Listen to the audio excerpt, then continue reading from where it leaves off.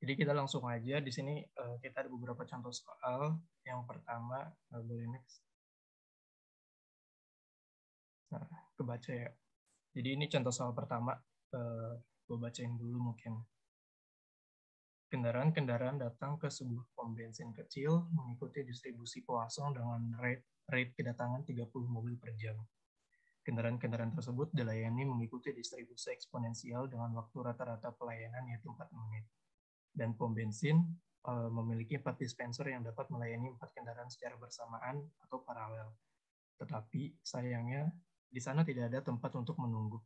Artinya, bila sebuah kendaraan datang dan semua dispenser sedang digunakan, pengendaranya harus langsung pergi ke pompa bensin lain.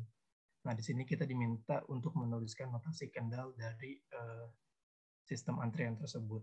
Nah, di sebelah kanan ini kita bisa lihat notasi kendal. Kalau misalkan kalian diminta untuk nulis notasi kendalnya, kalian tinggal pelajari aja formatnya yang ada di sebelah kanan ini. Jadi ada 6 hal yang harus ditulis. Ya, ada itu 1, 2, 3, 4, 5, 6. Yang satu itu distribusi waktu antar kedatangan. Itu tuh kayak distribusinya entah itu Poisson, normal, segala macam. Terus yang kedua adalah distribusi waktu pelayanan. Yang ketiga adalah jumlah servernya. 4, sumber populasi. 5, panjang antrian. Dan yang keenam adalah disiplin antrian. Nah, dari soalnya kita bisa melihat beberapa hal yang bisa kita masukin ke notasi kendalnya. Nah, misalkan dia di soalnya itu disebut bahwa ada arrival rate-nya itu sekitar 30 mobil per jam dengan distribusi Poisson. Yang artinya kalau Poisson itu masuknya ke Markov. Jadi ditulisnya M, terus yang kedua ada distribusi waktu pelayanannya, yaitu eksponensial. Eksponensial juga masuknya ke Markov M. Terus selanjutnya adalah jumlah server. Jumlah server di sini di soal itu disebutkan ada 4 dispensers. Berarti jumlah servernya itu ada 4. Nah, terus selanjutnya sumber populasi. Nah, sumber populasi ini rata-rata hampir setiap soal sumber populasinya adalah tak terbatas atau infinite. Jadi kalian tulis saja I atau INF kayak gitu. Terus selanjutnya adalah panjang antrian. Nah, di sini di soalnya kan disebut kayak misalkan dia punya dispenser nih, tapi sayangnya nggak ada tempat untuk antri atau tempat untuk nunggu. Jadi ketika kendaraan datang dan dispenser yang lagi dipakai semua nih, pengendaranya itu harus pergi untuk cari istilahnya pom bensin lain lah, kurang lebih kayak gitu. Maka kalau misalkan ada entitas yang ditolak, maka panjang antrian tersebut dianggap terbatas atau finite. Kalau misalkan entitas yang datang sebanyak apapun dan nggak ditolak dan mereka menunggu, itu artinya mereka maksudnya infinite. Kurang lebih kayak gitu. Terus yang selanjutnya ini disiplin antrian. Nah, kalau misalkan kalian imagine aja, bayangin misalkan masuk pom bensin, dilayaninya gimana? Apakah diambil secara acak atau misalkan yang terakhir masuk yang pertama dilayanin atau first in first out. Nah, kalau pom bensin kan pada umumnya FIFO. Jadi tinggal kalian tulis FIFO aja. Nah, jadi notasi kendalnya ini ada yang di sebelah kiri nih, yang di blok warna hijau. Oke, next.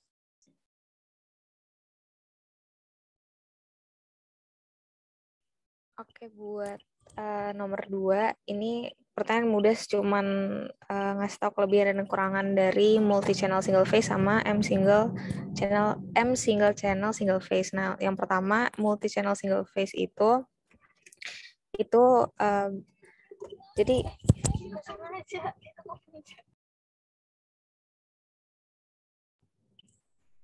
jadi gambarnya kayak gini. Jadi yang masuk itu kayak dia bisa di service di beberapa channel. Nah, kelebihannya itu customer memiliki 2 pilihan untuk diproses dalam sistem dan kekurangannya membutuhkan cost lebih untuk penambahan channel.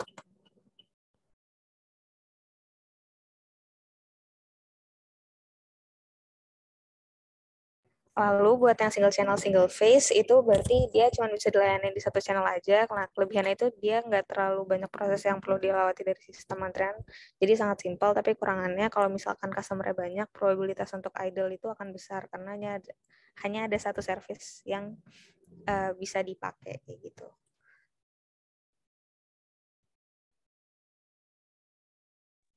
Oke, mungkin gue langsung lanjut aja kali ya buat soal nomor 3. Untuk soal ini kayaknya udah familiar lah kalian di mata kuliah lain itu di pemuat mungkin sama kuliah ini. Jadi gue mungkin baca dulu soalnya. Kemenkomar sendiri itu tuh punya 2 teller yang melayani pelanggan yang datang ngebeli. Nah terus rata-rata tuh ada pelanggan check out itu setelah banyak 40 orang per jam. Nah berarti ini kan lambdanya ya. 40 orang per jam ini kan arrival rate-nya. Terus juga dia ngikutin distribution Poisson. Terus sedangkan selama 2 menit, 2 server itu tuh mampu ngelayanin 2 menit itu rata-rata waktu yang dibutuhin seorang teller buat ngelayanin satu orang pelanggan gitu. Nah, terus kan ngapain Ker? Terus ya udah jadi kan dari sini ada soalnya tuh ditanya berapa rata-rata pelanggan yang ada di antrian. Dan untuk check out juga berapa lama waktu antrian waktu antrian si pelanggan tersebut. Terus yang kedua itu tuh service utilization dari sistem ini tuh berapa. Nah, dari soal ini kan kita dapat tadi untuk lambdanya sendiri itu tuh 40 orang per jam. Terus juga kita tahu nih kalau ternyata sistem ini tuh merupakan sistem multi-channel single phase atau kalau dari notasi Candle sebelumnya itu tuh dia yang MM2. Jadi untuk rumus-rumus ke depannya nanti nggak bisa langsung pakai rumus yang kayak di MM1. Terus juga tadi kan kita dapat keterangan kalau 2 menit itu tuh rata-rata waktu yang dibutuhin seorang teller untuk melayani satu orang. Berarti kita dapat mu-nya itu tuh 0,5 orang per menit. Dan kalau kita ubah satuannya ke dalam jam kan berarti dapat 30 orang per jam gitu. Nah, terus kalau untuk yang ditanya kan di sini sebenarnya ada rata-rata pelanggan yang tadi jumlah pelanggan dalam satu antrian itu berapa, LQ-nya sama waktu mereka nunggu dalam antrian itu berapa lama serta utilization dari sistem ini. Oke, coba Karen di next Karen. Karen. Oke. Nah, terus oke, kita lanjut jawab dulu yang soal yang A dulu. Nah, untuk referensinya sendiri, gue ngambil referensi dari PPT-nya Pak Farizal yang chapter 10 yang tentang queuing teori ini. Nah, untuk kita kan tadi untuk soal pertanyaan A itu nyari panjang jumlah orang dalam antrian sama nyari waktu tunggu mereka dalam antrian berapa. Nah, untuk cari jumlah orang dalam antrian itu tuh kita perlu tahu dulu sebenarnya jumlah orang dari suatu sistem itu ada berapa. Dan untuk cari jumlah orang dalam suatu sistem itu ada berapa, kita perlu tahu dulu probability server kalau misal probability suatu sistem kalau nggak ada customer sama sekali itu berapa. Nah, jadi untuk cari probability itu tinggal masukin ke rumus ini aja, yaitu 1 dibagi sigma 1 per n faktorial dikali lambda per mu pangkat C ditambah 1 per C faktorial dikali ini gitu. Nah, untuk ini kan berarti n-nya itu kan 1 karena kan C-nya itu jumlah servernya. Jadi cuma n-nya tinggal ganti 1, tinggal masukin aja. Nanti bisa kita hitung si jumlah orang dalam sistem. Nah, untuk jumlah orang dalam sistem ini rumusnya tinggal dimasukin aja ke rumus karena semua informasinya udah ada, lambda udah ada, mu udah ada, jumlah servernya udah ada, terus juga tadi kan probability kalau nolnya juga udah ada kan. Dapat kalau misalkan jumlah orang dalam satu server dari sistem itu ada 2,4. Nah, kalau didapat kita tinggal masukin ke rumus yang LQ ini, yaitu jumlah orang dari satu sistem dikurang lambda per mu dan didapetin kok ini ada merah-merah. Sorry, didapetin kalau ternyata rata-ratanya itu tuh ada satu orang. Boleh tolong digeser? Ada 1,06667 orang. Nah, cuma kan orang ini kan jumlahnya nggak mungkin ini kan nggak mungkin desimal, dia kan harus jumlah yang satuan bulat gitu. Nah, berarti kita antara naikin ke atas atau antara kita bulutin ke atas atau kita bulutin ke bawah gitu. Nah, kalau udah kita tinggal masukin ke rumus lama waktu di antrian untuk rumus yang multi channel single phase. Nah, rumusnya itu tuh bisa lama waktu dalam sistem dikurang 1 per mu atau jumlah orang yang ngantri dibagi lambda. Nah, karena kita udah ada LQ-nya, kita masukin LQ aja, yaitu 1 per 40. Nah, ini kan sama dengan 0,025 jam. Nah, kita ubah aja ke dalam 1 menit, tinggal dikali 60, dapat 1,5 menit. Jadi mereka nunggu dalam antrian itu selama 1,5 menit. Nah, untuk yang B sendiri kan tinggal dimasukin aja ke rumus utilization, yaitu lambda dibagi mu kali C. Nah, yaudah tinggal dimasukin aja 40 dibagi 30 kali 2 didapetin 0,667 yaitu 67% utilitas dari servernya. Gitu, guys. Next. Oke. Thank you. Jadi mungkin yang ini gue yang share aja, Kak. Nggak apa-apa. Oke. Sip, thank you. Jadi ini gue bakal kenalin semuanya. Gue Nelson, gue bakal coba lanjutin buat bahas soal nomor 4 di sini. Mungkin teman-teman kalau misalnya ada pertanyaan atau apa, feel free buat motong atau raise hand aja ya. Oke, nih di nomor 4 kurang lebih soalnya tuh ngebahas tentang tentang utility payoff dan utility gitu. Ini mungkin kita pertama coba lihat ke soalnya dulu. Jadi ada orang yang namanya Kowi, dia punya 4 alternatif untuk muterin uang punyanya dia. Dia bisa beli emas atau beli bond atau stok ataupun dia bisa invest di simpanan berjangka. Di tabel ini, di payoff table ini ada detail payoff yang bakal didapat dari keempat alternatif ini based on kira-kira proyeksinya tuh ntar bakal ada large rise, small rise, no change atau fall ke depannya gitu. Nah, ceritanya nih ketika si Kowi ini pengen mendesain 4 alternatif itu, tiba-tiba ada nih temennya yang namanya Sabar yang ngebantu Kowi buat saranin dia buat menggunakan indifferent approach buat nge-assign utility value dari payoff yang ada. Payoff tuh maksudnya angka-angka yang ada di sini ya, simpelnya. Nah, dari hasil dengan menggunakan metode yang disaranin Sabar itu, didapatlah untuk tiap payoff tuh nilainya segini dan utility value-nya kurang lebih segini. Angkanya dari mana kita terima aja sampai sini, soalnya kayak dari soalnya emang udah dikasih, kita accept aja value-nya itu segitu. Dan di sini ada informasi tambahan yang penting juga buat kita note juga. Di sini probability terjadinya large rise, small rise, no change, dan seterusnya tuh diberikan sebagai berikut 0,2, 0,3, 0,3, 0,1, dan 0,1. Nah, pertanyaan utamanya itu yang harus kita jawab tuh kira-kira dengan menggunakan metode tersebut alternatif mana sih yang harus dipilih sama Kowi? Oke, itu untuk soalnya. Dan mungkin sebelum ngejawab, gue pengen nge-share beberapa hal dulu yang mungkin penting buat dipahamin sebelum menjawab soal ini. Yang pertama, payoff table. Mungkin ini kalian juga harusnya udah familiar kalau misalnya payoff table tuh kayak intinya yang inilah tabel yang ini. Jadi berisi tentang alternatif ataupun kombinasi-kombinasi yang ada kira-kira dari given alternatif yang ada tuh kira-kira payoff yang bakal didapat sama si decision taker-nya tuh apa sih? Maksudnya berapa sih? Nah, di sini ada banyak karena di tiap alternatif itu ada skenario-skenario tertentunya, penting buat kita mencatat atau melihat hal ini dalam sebuah tabel supaya lebih terstruktur. Terus selanjutnya di sini ada karena ada temennya Sabar ini, kita dikenalin nama indifferent approach, tapi nama yang mungkin teori yang umumnya dipakai dalam buku-buku tuh setelah gue cek namanya lebih tepat utility theory sih namanya. Kurang lebih utility itu berbicara tentang kayak preferensi seseorang terhadap suatu nilai dan juga resiko dari payoff yang ada.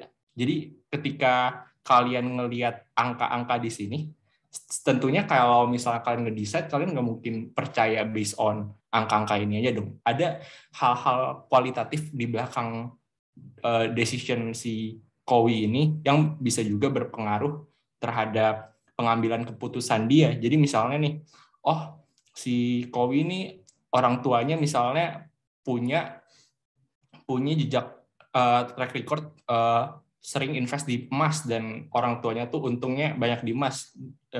Hence karena itu mungkin secara kualitatif si Kowi ini punya kecenderungan lebih tinggi untuk milih emas gitu. Itu contoh kasarnya. Salah satunya kayak gitu.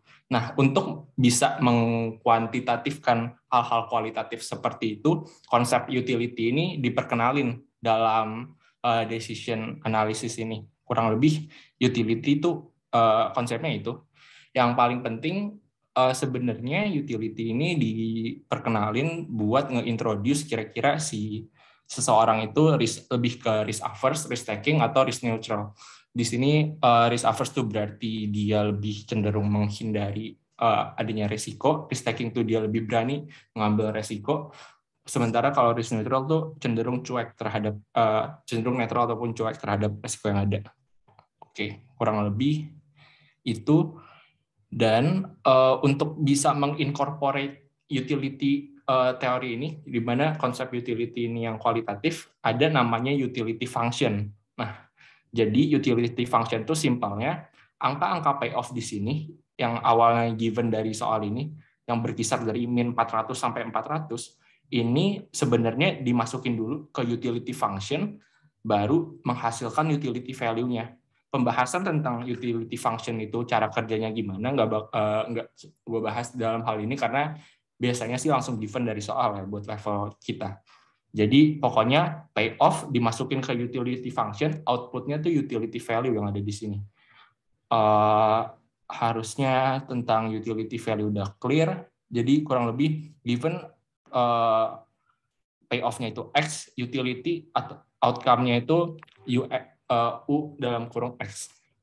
Kurang lebih itu untuk utility function dan juga utility-nya. Sekarang kita masuk ke solusinya. Di sini gue izin pakai Google Sheets buat bikinnya. Sebenarnya biar lebih gampang aja. Sebelum gue masuk ke pembahasan pakai utility itu, awalnya tuh gue pengen introduce dulu kalau misalnya nggak ada utility, cara kita ngerjain soalnya gimana sih? Kalau misalnya nggak ada utility, kita biasanya ditanyanya tentang expected monetary value atau EMV. Buat ngitung EMV itu gampang sebenarnya, kayak tinggal kita kali aja nilai payoff dikali sama probability. Jadi kayak payoff di sini dikali probability large rise, terus kalau misalnya payoff-nya emas ketika small rise dikaliin sama probability di sini, ntar pokoknya ininya dikali satu persatu dan disum, pokoknya kita dapat EMV-nya segini.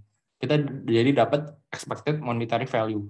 Monetary di sini berarti kita cuma consider hal-hal yang kuantitatif atau si monetary value ini. Kita nggak masukin utility dalam pertimbangan kita. Nah, kalau misalnya kalian udah melakukan hal yang sama untuk bond, stock, dan juga si tadi satu lagi simpanan berjangka, ntar kita bisa ngelihat nih, kita sebenarnya yang paling tinggi tuh expected monetary value-nya yang mana sih? Kita milih yang paling tinggi karena ini case-nya investasi ya. Investasi itu artinya orang pasti mau nyari expected monetary value yang tertinggi. Jadi kita milihnya di sini pakai max, kita max dari range-nya yang namanya dapatlah 130, dan 130 itu berarti bond. Berarti jawabannya bond. Ini case kalau misalnya kita nggak peduli sama utility. Nah, karena soal yang diberikan itu kita harus peduli sama utility, kita bikin dulu tabel yang tadi, tabel yang dikasih sama temannya itu di dalam sini. Pertama-tama kita udah punya tabel yang awal ini dari soal.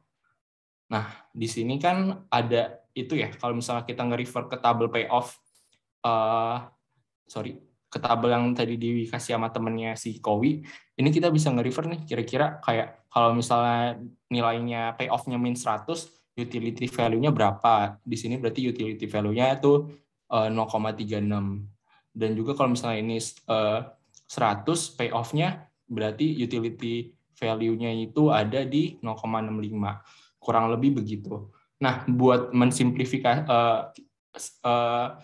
buat nge-translate itu, kita bikin tabel baru aja, biar gampang. Jadi kayak dari payoff ini kita masukin utility, instead of kita masukin payoff, di sini kita masukin utility value-nya.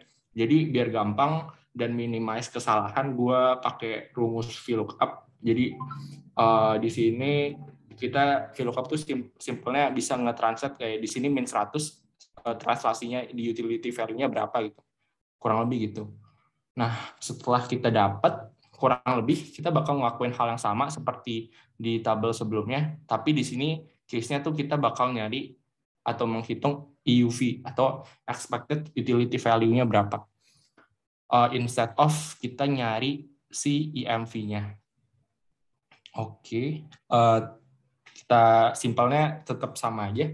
Di sini kita kali utility value-nya dengan probability, terus nanti dalam satu row ini setelah dikali dengan probability dan di sum, nanti kita bisa dapat EUV-nya berapa.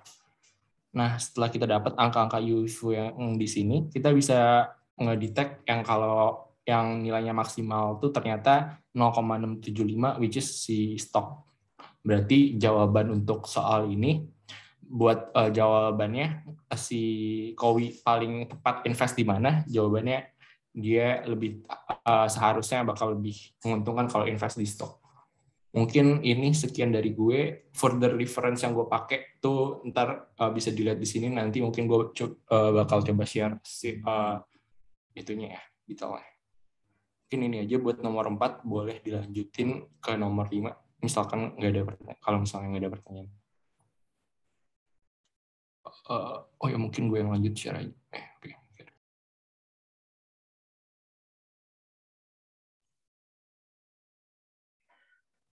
Oke, nomor 5 soalnya adalah Robin.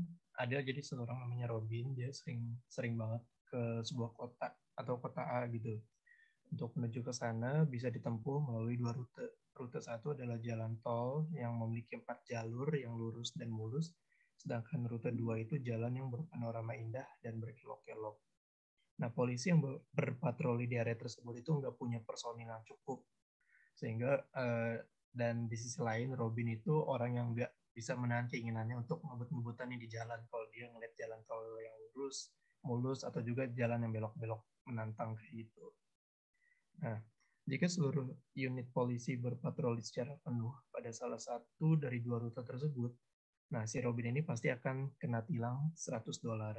Nah, kalau polisi berpatroli dipecah, misalkan separuh di rute 1 dan sisanya di rute 2, nah kemungkinan si Robin itu bakal dapat tilang $100 di rute 1 itu sekitar 50%, dan di rute 2 adalah 30%. Nah, pertanyaannya adalah, tentukan strategi yang harus diambil Robin dan polisi. Oke, jadi ini pakai payoff table lagi yang tadi sempat disinggung sama NJ, sama Nelson. Nah, di sebelah kanan ini ada payoff table-nya. Ini simple aja. Ini simple aja sih. Jadi kalian bikin tabelnya antara Robin dan polisi dan juga option dari rute tersebut. Nah, di sini kita bisa lihat nih, misalkan row yang pertama, rute 1. Di rute 1, patroli 2 rute. Nah, ini kan tadi udah paham maksudnya ya. Patroli 1 rute berarti dia si polisinya tuh patroli di salah satu rutenya aja. Kalau misalkan yang patroli 2 rute itu maksudnya si polisinya tuh patroli separuh-separuh gitu di antara 2 rute tersebut. Nah, di sini kita bisa melihat kalau misalkan Robin lewat rute 1 dan si polisinya tuh patroli di satu rute atau di rute 1, maka si Robin itu bakal kena tilang $100. Dan juga sebaliknya ketika dia di rute 2 dan polisinya lagi patroli di rute 2 secara full, maka Robin pun bakal dapat tilang kayak gitu kurang lebih. Nah, kalau misalkan Robin lewat rute 1, sedangkan si polisinya itu patroli di 2 rute, maka kemungkinannya adalah 50-50. Apakah dia ditilang atau enggak. Kalau misalkan si Robin lewat rute 2 dan patroli si polisinya itu di 2 rute juga, kemungkinannya dia bakal kena tilang 30% di rute 2. Nah, jadi strategi Robin dia seharusnya bakal memilih rute B, karena rute B ini kemungkinan atau probability untuk terkena tilang itu lebih rendah dibandingkan yang lain. Terus kalau untuk strategi polisi, yang artinya polisi gimana cari cara supaya bisa nilang orang kan. Nah, si polisi itu harus memecah 2 unit ke rute yang berbeda itu untuk berpatroli. Karena asumsinya adalah probabilitas polisi untuk menangkap Robin itu lebih besar kalau dia bagi tugas ke 2 rute tersebut. Nomor 5 udah segitu aja sih guys. Oke, selesai ya. Mungkin bagi teman-teman kalau ada yang punya pertanyaan, dipersilahkan.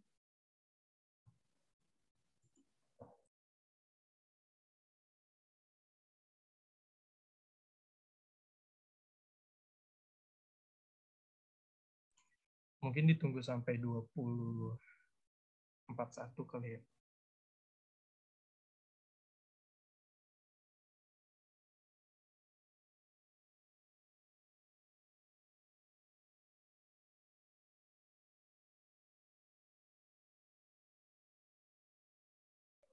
Oke, boleh nih kakak-kakak kalau ada pertanyaan bisa langsung nanya aja ke kakak-kakak Aslep ya Kak.